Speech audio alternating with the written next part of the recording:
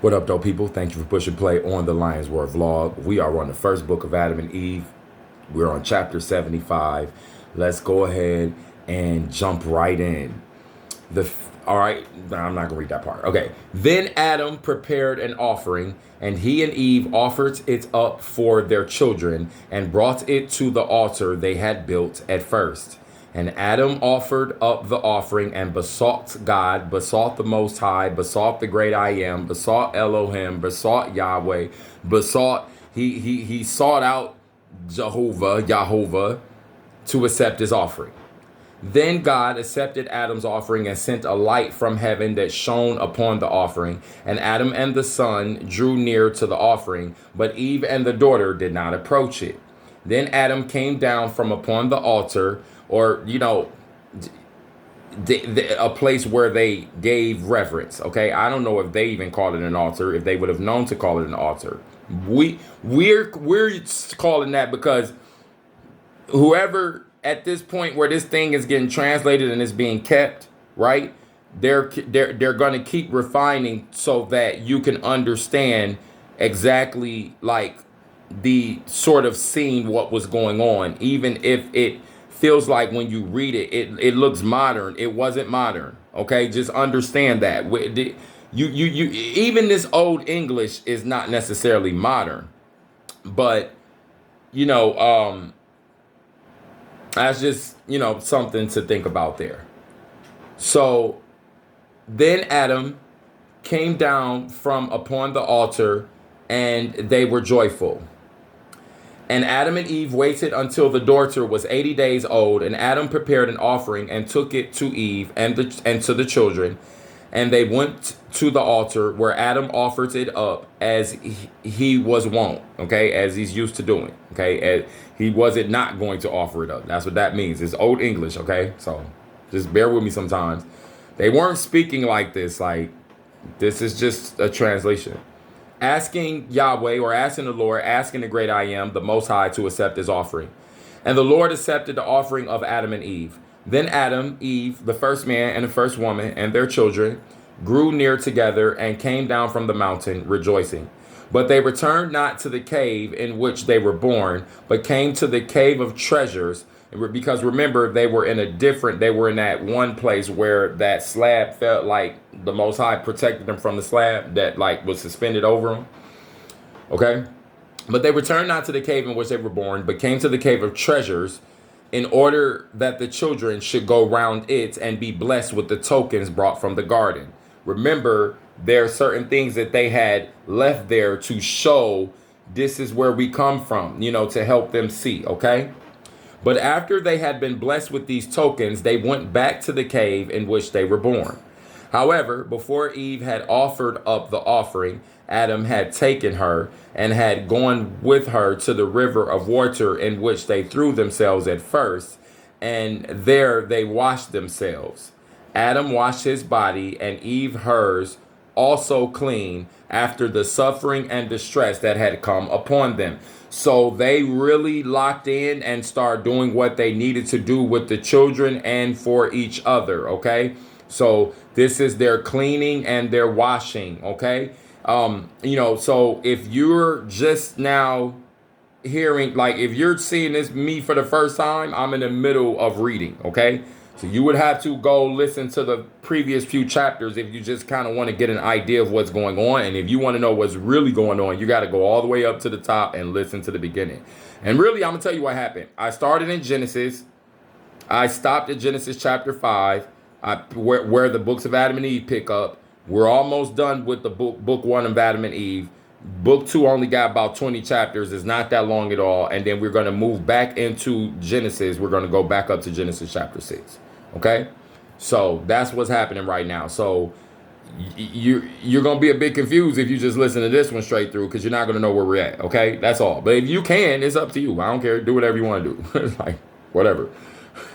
You want to go outside and turn in 10 circles and jump in the air and say that you're a helicopter? That's on you. I don't like. What am I supposed to do about that? All right, so okay, they went back to the cave in which they were born. Okay, they got clean. But Adam and Eve, after washing themselves in the river of water, returned every night to the cave of treasures, where they prayed and were blessed, and then went back to their cave where the children were born. So there was something intimate and special and magnetic about that original place to them.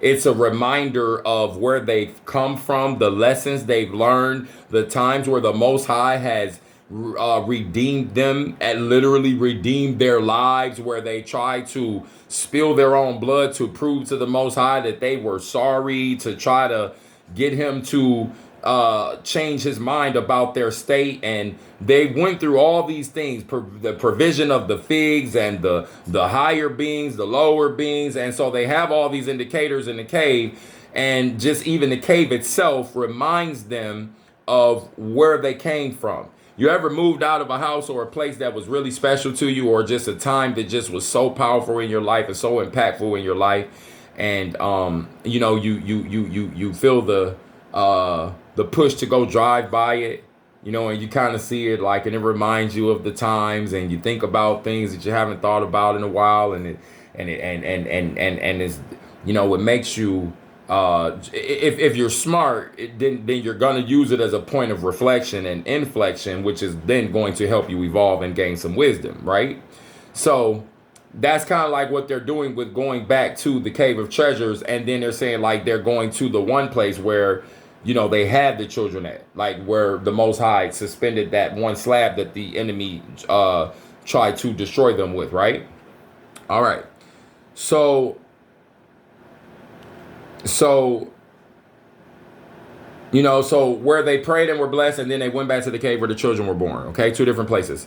So did Adam and Eve until the children had done sucking. Okay, so they were still being nourished by the mother, by Eve, by the first woman. Okay, then when they were weaned, Adam made an offering for the souls of his children, other than the 3 times he had made an offering for them every week. When the days of nursing the children were ended, Eve again conceived, and when her days were accomplished, she brought forth another son and daughter, and they named the son Abel and the daughter Aclea. Now, this doesn't say that they were there together. It just says that Abel came, then Aclea came. Okay, so that again, look, we're this name Aclea, Aklia, Aclea.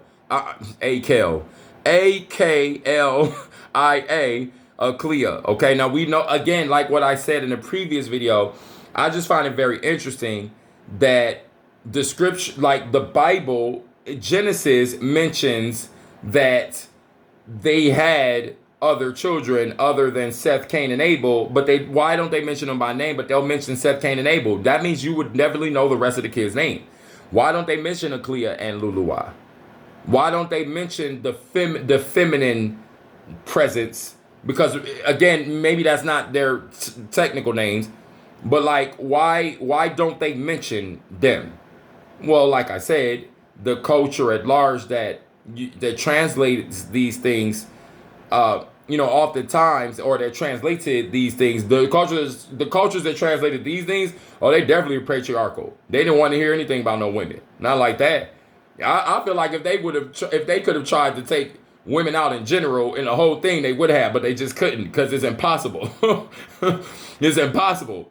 I believe that the scrolls that they had, it just was impossible, and just with the people at large that knew the information, it was impossible. Like, bro, like, we're not gonna let you do that. Like, but we'll let you change the image of the Messiah. We'll let you change the image of the skin tone of the people to try to trick the world. We'll let you change the names, which you're not supposed to do against history. That's one of the rules, that when you're dealing with history, you're not supposed to change names. You're not supposed to translate names, but they do it anyway. Why they do that? Because they want to trick you. They like tricking you. They like lying to you. They don't want you to know the full information. I feel like if you know the full information, there's some power available to you, and they know for a fact that even if your power is dormant, I believe they know that power is there and how much you have, even though you don't. So I believe that's why they lie to you. They just don't want you to know because, well, you knowing equals you're not going to succumb to their lies. You're not going to succumb to the lowest one. And the lowest one only manifests. And I've said this in this vlog here before. I've seen the devil manifest in humans. That's it. Like, so that's where you're going to see it at. You're going to see the liars, manipulators, deceivers, the devil, right? The father of lies. He's a massive deceiver. The truth ain't in him. There's nothing that he's ever trying to do that's going to bolster the truth in your life at all. So, that way. All right. All right, Aclea. Okay, so Abel and Aclea are here. Then at the end of 40 days, Adam made an offering for the son, and at the end of 80 days, he made another offering for the daughter, and did by them as he had done before by Cain and his sister Luluah. He brought them to the cave of treasures, where they received a blessing, and then returned to the cave where they were born. After the birth of these, Eve ceased from childbearing. So we count 4 children, okay? 2 males, 2 females. Now, you have to understand, here's the significance of that happening to them. First, you got to understand, a lot of people would say, oh, no, that's their brother and sister. Okay, first humans, new humans, when you deal with the Hebrews and the Israelites, they're told, hey, don't go outside. You're supposed to populate those, so y'all just gonna have to deal with the fact that some of y'all are second cousins, first cousins, brother, sister, on that energy, like far as what we understand it. Yeah, back then, early humans, they would have technically all been related at a certain point. Well, they say that most all the humans on the planet, we are connected. And we do come from, eventually, you're going to trace us back to the same sources. So there's that. But I just find it very interesting that they have boy, girl, boy, girl. That means kids are going, like, once that boy, girl starts, as they get older and the procreation has to happen, that's kids that can start. That's not like we have to wait for, you got three boys and you're trying to have a girl, and now like you've been waiting, and the 2 boys is like they grown now, like the youngest one is still like growing, and you still trying, and you ain't had a girl yet. Like, nah, it was balanced right there right there. You got 3 sets of what you need to get the children onto the planet, to get the new humans onto the planet. Okay? So this is not being like weird or nasty or nothing like that. Like, all those people who want to like do that, oh my God, like, look, man, get lost, bro. Like, if you're not wise enough and mature enough and like, just in your mind enough to deal with whatever information is being dealt with on the bottom line, because that's what I'll be about. I don't care about none. Look, if this is the box of things that we're dealing with, I don't care about, all I care about is this line right here. I don't care about nothing else, the fluff in that box. I want to deal with what needs to be dealt with. You understand? That's how I am. So, I don't deal with the people that be on that like, oh man, that's weird. Oh, I just don't know how I can believe it. Okay, fine, bro. Go ahead, dog. Because then you're ignoring biology and science again and anatomy again. Like I said in the previous video, now you want to be ignorant to the spiritual part because you just want to be ignorant to morality because you just want to do whatever you want to do. But you can't ignore the biology and anatomy and the science. And the fact is that the early humans, if it wasn't even but 5 or 6 of them or 7 of them around, they're all related. And all the children that came from them, they are then, like, that's where all of everything starts to then expand out from there. And that's where you have people that dip off. And I mean, the scriptures like portray this in all sorts of places, like historically portray this. That's where you have so many people dip off and just start to kind of do their own thing. And they just end up leaving out. And they start new, mutations change, mutations happen. For all sorts of things happen to the body because of different climate issue things, and the human body adapting to that. Facial hair is because of climate issues. When we look at the Asians, like with the like, like they have like the slanted eyes, that's their eyelid is being pulled down because they squinted so much from the wind from working in the rice fields, literally, that when they would stand up and they would let the wind hit their body because they're reverencing that break that's naturally coming their way, and they would stand up, they would squint into the wind, and that happened so much that their bodies evolved and mutated into. And when I say mutated, that's not like negative or bad. Like, humans are weird. Like, especially in America, they always want to be trying to like make something. You said mutate. He's talking crazy about Asians. Move left, move left, bro.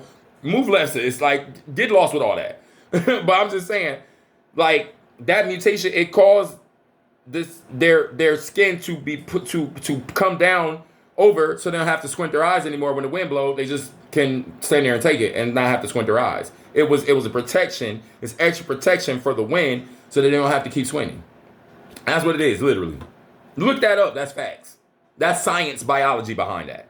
So I'm just saying, in general, that's what you have there. Like, you have the different dip-offs and all these different things going on, and everybody becomes all these new cultures and different things and all this different stuff, and just they all start growing. They can't keep up with everybody, and then just now the mother and father, which is Adam and Eve, the first man, first woman of all. Now, we start to see this is how the nations will come from them. This is, of course, it's probably easy to control things up front, but then we know what happens with Cain and Abel. So it's just very interesting. And we're going to deal with Cain and Abel. Cain and Abel gets a very different approach here, which makes sense to me because men are always, again, like I said in the previous video and this one, I just find it very interesting that when it comes down to the women in a lot of things where they try to erase and remove that imagery or that information or their names or their impact in the story or whatever, and they just try and take it out and they rewrite something about God or like a man. But when they change the name God of Elohim or Yahweh or Elahi, the highest one, the great I am, and they filter it down to God or Lord, well, once they give you the image of Yahshua looking how it looks and says that that's God, then, well, you're going to start subconsciously relating, and they know this, you're going to start subconsciously relating God to that image of Yahshua because, well, you understand? So then when it's like, if it's like, well, if it's saying something, like to the terms of, they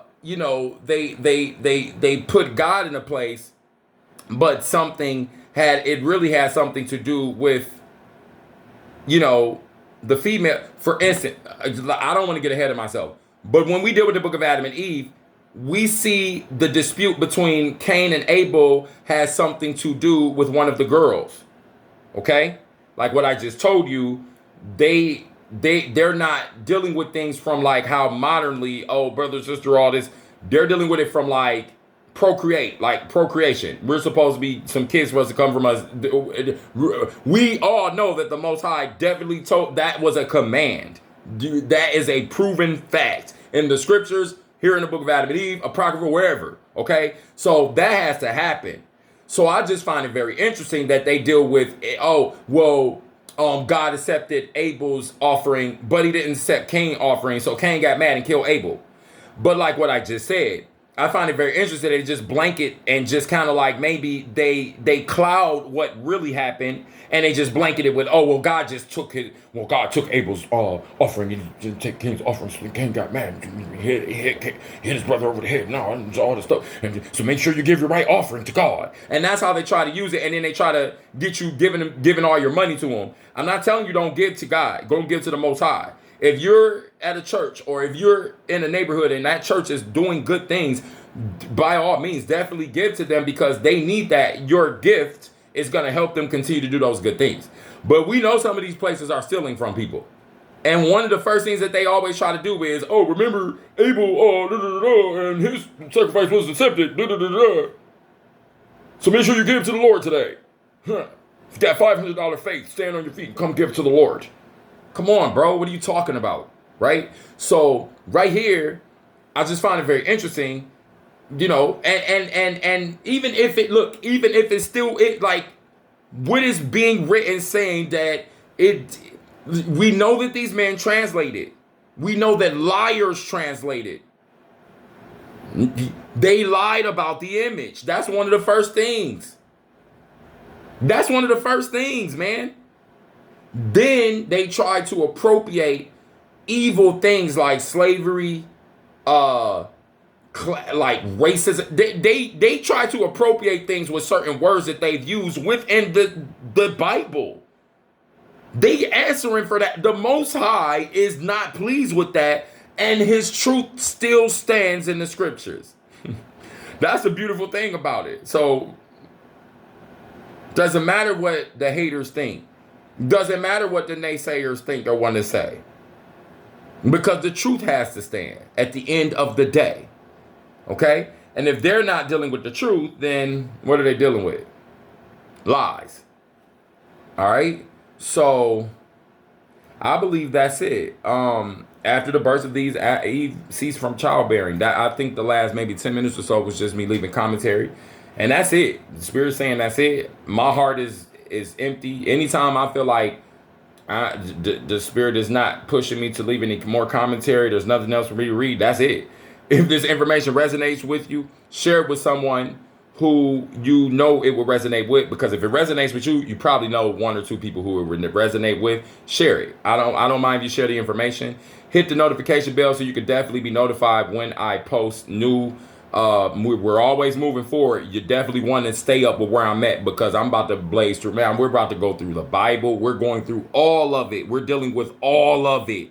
And we're going to deal with it from the very real, raw, clear, bottom line, finding the truth, getting all of them secrets, and dropping the keys for the secrets, because the secrets that was revealed to us are for us to teach, decipher, figure out, and teach to our children forevermore. That's what Deuteronomy says. The secrets that were not revealed to us, the things that we don't know nothing about, we won't know nothing about, and we'll never know nothing about, because they're kept from us, because we're not supposed to know nothing about them, and it is what it is. So if it's here on earth and you can have a brain that can try to figure it out, then it's for you to figure it out.